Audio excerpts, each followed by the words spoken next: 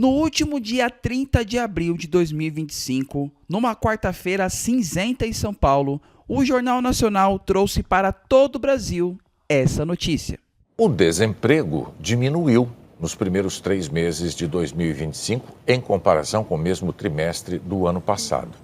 O maior número de vagas surgiu na indústria. Segundo o IBGE, no início de 2025, o que caiu foi o desemprego. De janeiro a março deste ano, a taxa de desocupação teve uma redução de 0,9 ponto percentual em comparação com o mesmo período de 2024.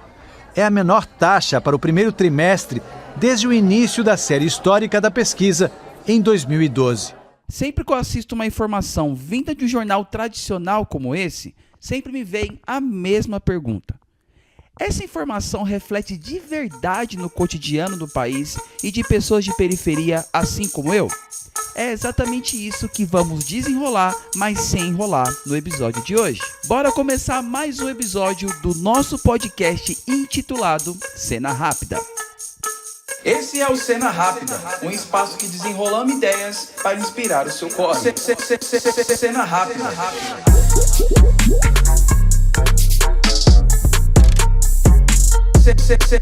Cena Rápida. Muito prazer, aqui é o jornalista Tarso Oliveira, nascido e criado no extremo leste de São Paulo. E aqui no Desenrola, nosso intuito é destacar a produção de conhecimento dos sujeitos e iniciativas que vêm da periferia.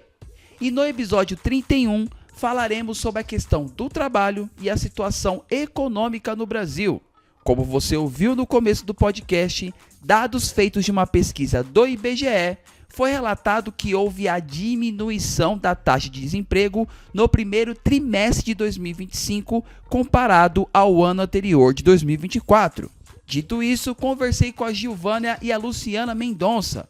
As duas são liderança da Organização Comunitária Nacional do Movimento dos Trabalhadores Sem Direito, que surgiu no ano de 2022. E bora lá desenrolar esse papo. Eu sou Lu Mendonça. Eu sou coordenadora nacional do Movimento Trabalhadores Sem Direitos. Eu sou de Recife, Pernambuco. E estou morando aqui em São Paulo há 1 ano. Moro na zona leste de São Paulo. Eu sou Gilvânia, conhecida como Gil. Sou coordenadora nacional do Movimento dos Trabalhadores Sem Direitos. Sou baiana, mas moro em São Paulo desde os 14 anos. E moro na zona leste de São Paulo, São Mateus. Logo de cara, perguntei para as duas se esse dado do IBGE está realmente refletindo de verdade nas ruas. Até porque, além de lideranças, Gil e Lu Mendonça são trabalhadoras informais há mais de 20 anos aqui em São Paulo. E olha, o cotidiano que foi relatado para mim foi o contraponto no mínimo curioso entre a notícia e a realidade das ruas.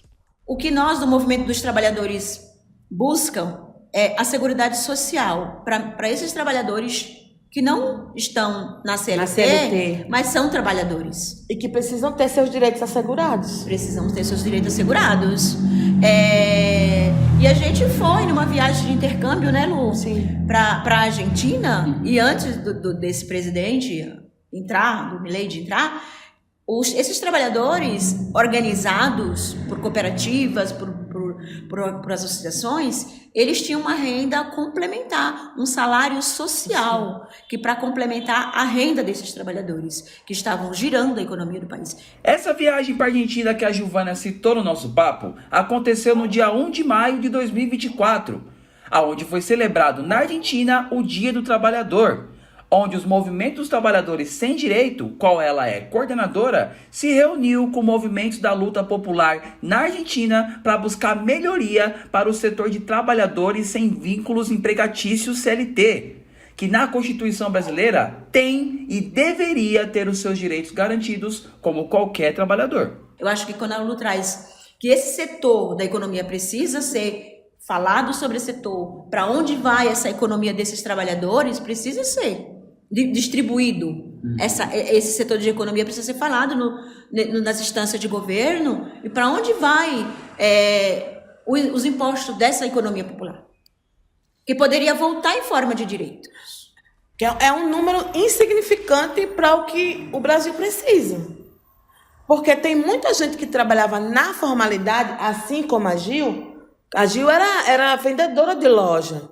E ela teve que ir para a informalidade porque depois da reforma trabalhista, né? E período de pandemia ela passou um sufoco arretado lá.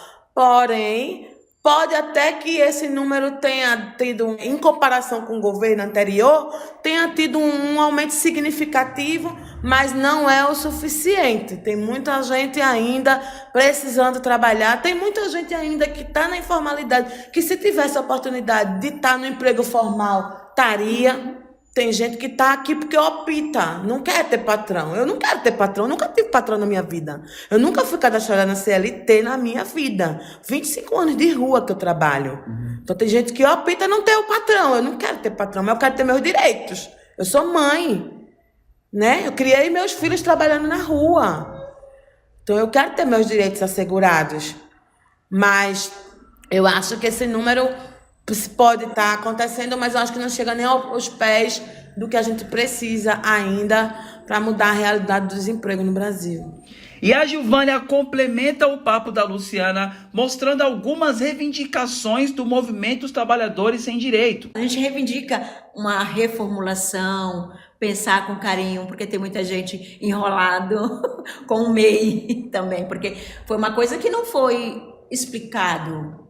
Não, você é MEI, você é PJ, você vai se responsabilizar por você mesmo. Depois de uma fala tão impactante como essa, de cara eu me perguntei para os meus divertidamente aqui. Como que o IBGE chegou nesses dados, sendo que a situação relatada por elas é completamente diferente? Ouvi outras pessoas que vivem isso de verdade para entender melhor o assunto. E para a gente do Desenrola, é importante ouvir pessoas que estejam atuando dentro dos territórios periféricos. E isso é o caso do psicólogo social Egeu Esteves, que foi humilde não se definindo no nosso papo, mas já tem mais de 20 anos que está à frente da economia solidária. Ele me explicou com muita propriedade, assim como Gil e Luciana, o porquê que essas situações completamente antagônicas, infelizmente, estão muito interligadas. Imagina que você tem 3 pessoas procurando emprego, uma consegue emprego, 2 param de procurar emprego, então rapidamente a taxa de desemprego cai. Esse é um efeito que acontece. Só que esse emprego que a pessoa conseguiu não é um emprego bom.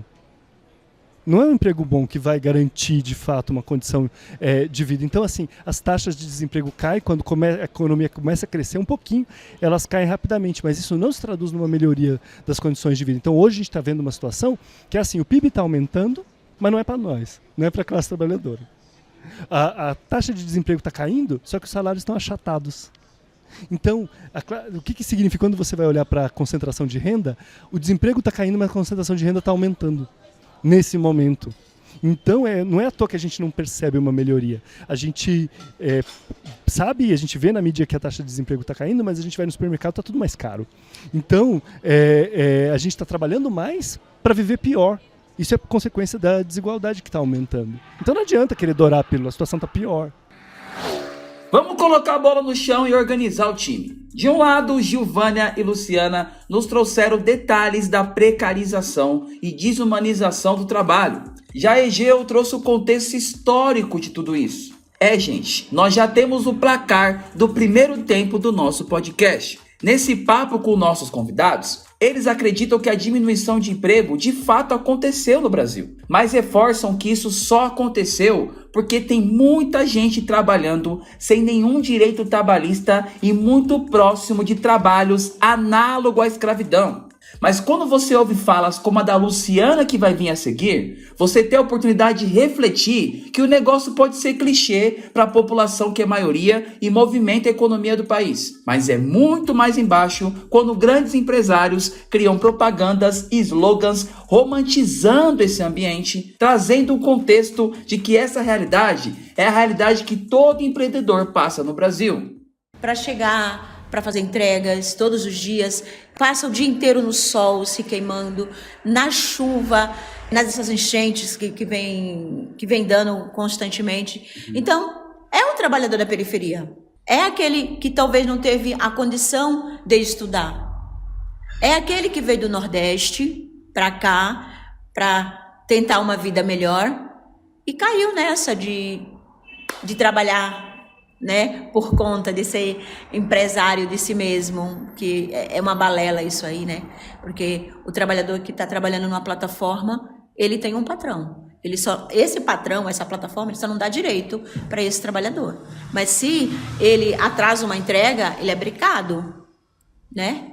É uma camelô que passa 40 minutos com o carrinho, assim como eu, para chegar no metrô Carrão para trabalhar e ficar lá mais de 12 horas, mais de 8 horas trabalhando. São o povo da periferia. Esse povo é o da periferia. É esse povo que gira a economia do país. É esse povo que faz a cidade andar, que faz a cidade girar. Quem gira a economia do nosso país é quem faz a economia popular, né? É a economia popular que não é reconhecida, não tem política pública que reconheça o quanto que a gente gira de dinheiro, inclusive no Brasil. E Egeu ainda acrescenta ainda mais detalhes dentro desse contexto histórico.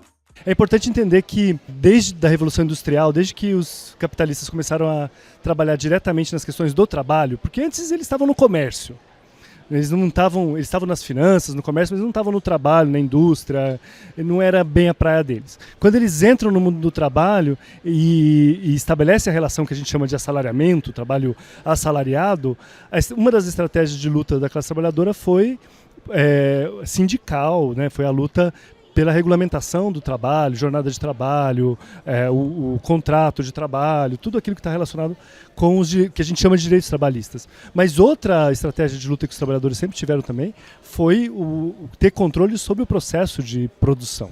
Então, fosse a terra, que a reforma agrária é uma pauta que sempre esteve presente, fosse as indústrias, então ter controle sobre o processo industrial, que tem muitas experiências interessantes, embora em número não seja tão forte, mas tem muitas experiências de trabalhadores que organizam a produção, e muito comum também na área rural. Então, cooperativas em que pequenos agricultores, a produção é familiar ou assentados da reforma agrária, se unem para beneficiar leite ou para algum produto. Sei lá, no caso brasileiro tem sisal, tem uva, tem várias formas de cooperativas que são assim, né? E aí, então, a economia solidária é um pouco essa estratégia de luta pelo direito ao trabalho. Né? Não é o direito trabalhista. O direito trabalhista é a estratégia sindical. O direito ao trabalho passa pelo controle dos meios de produção, porque a gente tem pouquíssimas leis. Na verdade, no Brasil, o contrário, né? A classe trabalhadora organizada, grupos de trabalhadores organizados são sempre criminalizados. A gente tem uma criminalização da classe trabalhadora organizada no Brasil. Seja no movimento sindical, que também já teve isso, seja na luta pela reforma agrária, seja onde for, né? Você vê um grupo de trabalhadores organizados, logo isso vai ser criminalizado. A gente tem essa cultura, infelizmente, que tem a ver com a nossa história, que tem a ver com a escravidão, que tem a ver com a forma como a classe trabalhadora se formou e se organizou no Brasil. É aí que nós temos o placar do final do jogo, meus amigos. Gilvânia, Luciana e Egeu pensam como Steve Biko, um ativista africano que tem uma frase clássica sobre esse tema. Abre aspas. Os ricos dividem a classe trabalhadora para poder dominar e conquistar elas. Aí eu te pergunto, esse placar não faz você minimamente querer saber qual vai ser a continuação dessa história? Olha, como eu me considero um jornalista no mínimo esperançoso, perguntei aos convidados se esse resultado tem a possibilidade de mudar de alguma forma. E de forma potente, convicta mesmo, Gil e Luciana comentaram quais são as atitudes e luta que o seu movimento faz dentro desse jogo. Eu acho que a organização popular. Muitos se organizaram antes de nós para que a gente tivesse os direitos que hoje teve sim todos esses retrocessos, né? Mas a organização, as pessoas precisam se organizar coletivamente, ganhar consciência de classe, política, de gênero, ter conscientização, sabe? E só é a partir da organização, de você se organizar coletivamente, como o Lubin trouxe. Se eu não me organizar no meu bairro para lutar para que aquela rua melhore, porque a política para chegar lá vai ser difícil se a gente não se organizar e não querer participar do conselho participativo da subprefeitura, e vem a política, não adianta não falar de política, né? O povo tem que estar organizado, ter consciência política e avançar. Uma das nossas pautas que a gente reivindica, inclusive a gente já teve reunião com o Ministério do Trabalho, né, Gil? Legal. É a anistia da dívida do MEI. Tem pessoas que se cadastraram no MEI, mas estão atolados, assim, tipo, não sabiam nem como era que funcionava, não sabia nem quanto que tinha que pagar. A gente não sabia, e, tipo, virou uma bola de neve, você ficou endividado com o MEI. E isso é uma realidade de muitos no Brasil inteiro. A gente, nos estados onde a gente atua, todas as reuniões que a gente faz, todos os trabalhadores que a gente chega junto, que vem, eu tenho um MEI, mas tipo, mano, eu tô devendo, eu tô atolado, a pandemia, a falta de informação, não sabia, eu achava que eu ia ser empresário, se eu tivesse um MEI, tipo, o MEI, ele foi um veículo que foi pensado na época para assegurar o INSS das pessoas e tal, mas ele não foi muito explicado para as pessoas. Então, a gente tem muita gente endividada. Como os empresários pedem anistia dos impostos, né? A gente também acha justo pedir a anistia do MEI para os trabalhadores que estão atolados aí nessa dívida. Uma das nossas pautas é a anistia do MEI. Em seguida, Egeu cita que ainda há tempo para ser feliz, mas não deixou de nos alertar que a vida realmente não é um morango para quem é trabalhador nesse país. O emprego, então, ele pode ser regulado, que aí é com direitos trabalhistas e tal. Ele pode ser autogerido, autônomo e autogerido, que é o trabalho que os trabalhadores se auto-organizam para fazer. Ou ele pode ser um assalariado informal, que na verdade o assalariado informal é trabalho precário, deveria ser ilegal. Porque o assalariamento, ele é uma subordinação, então por ser uma subordinação você entende que tem um desnível, tem alguém que tem mais poder e outro que tem menos poder. O contratante tem mais poder, está contratando, e os trabalhadores estão a cada um vendendo seu trabalho, então tem pouco poder de negociação. É um monopsônio que chama, tem um comprador que compra de um monte de trabalhadores e cada trabalhador vende o seu sozinho. Então, é uma posição de desvantagem do trabalhador, sempre. Por isso mesmo que precisa se organizar, seja em sindicato, em cooperativa, em associação. Sempre tem que se organizar de alguma forma, os trabalhadores, para conseguir, se juntando, negociar com o contratante. Né? E negociar por direitos, negociar por aumento de salário, porque é uma relação desigual. E justamente por ter sido reconhecida essa desigualdade, é que se estabeleceram os direitos trabalhistas. Porque entende que existe um trabalho que é subordinado e dependente. Depende dos meios de produção que o outro tem, depende do poder financeiro que o outro tem para comprar os produtos sobre os quais você vai trabalhar. Você está trabalhando na vontade do outro e com as condições que o outro coloca. Então, portanto, é um trabalho subordinado. Justamente por essa compreensão é que existem os direitos trabalhistas na relação de trabalho. Então, quando você tem uma relação de trabalho assalariada e informal, na verdade isso é uma ilegalidade. Isso não deveria existir, isso não pode existir. Por isso que existe fiscalização do trabalho. Por isso que o Ministério do Trabalho tem fiscais do trabalho, justamente para coibir, para evitar formas de trabalho empregatícias disfarçadas. O jeito de disfarçar isso é o que a gente chama de precarização estrutural do trabalho. E você aí, acha que existe mesmo essa tal disputa entre a classe trabalhadora e ricos empresários? Ou melhor, acha que esse campeonato dá para enxergar mesmo por aí ou não? E aí, curtiu o episódio? Não disse que eu ia desenrolar, mas eu não ia te enrolar? Então, nossa missão aqui é deixar disponível um jornalismo muito mais acessível para você que está no front. Até porque a comunicação e a informação ampliada sobre os assuntos é um direito que todo mundo tem, demorou? Se você ficou até aqui e gostou, não deixe de seguir o nosso podcast para sempre receber a notificação do próximo episódio. Ah, última coisa, não deixe também de seguir o perfil do Desenrola em outras redes sociais, e se você procurar @TarsoOliveira, vai me achar em todas as redes sociais, demorou? Até o próximo jogo, ou melhor, até o próximo campeonato, tá? Fui! Esse episódio usou um trecho da matéria do Jornal Nacional, exibido no dia 30 de abril de 2025.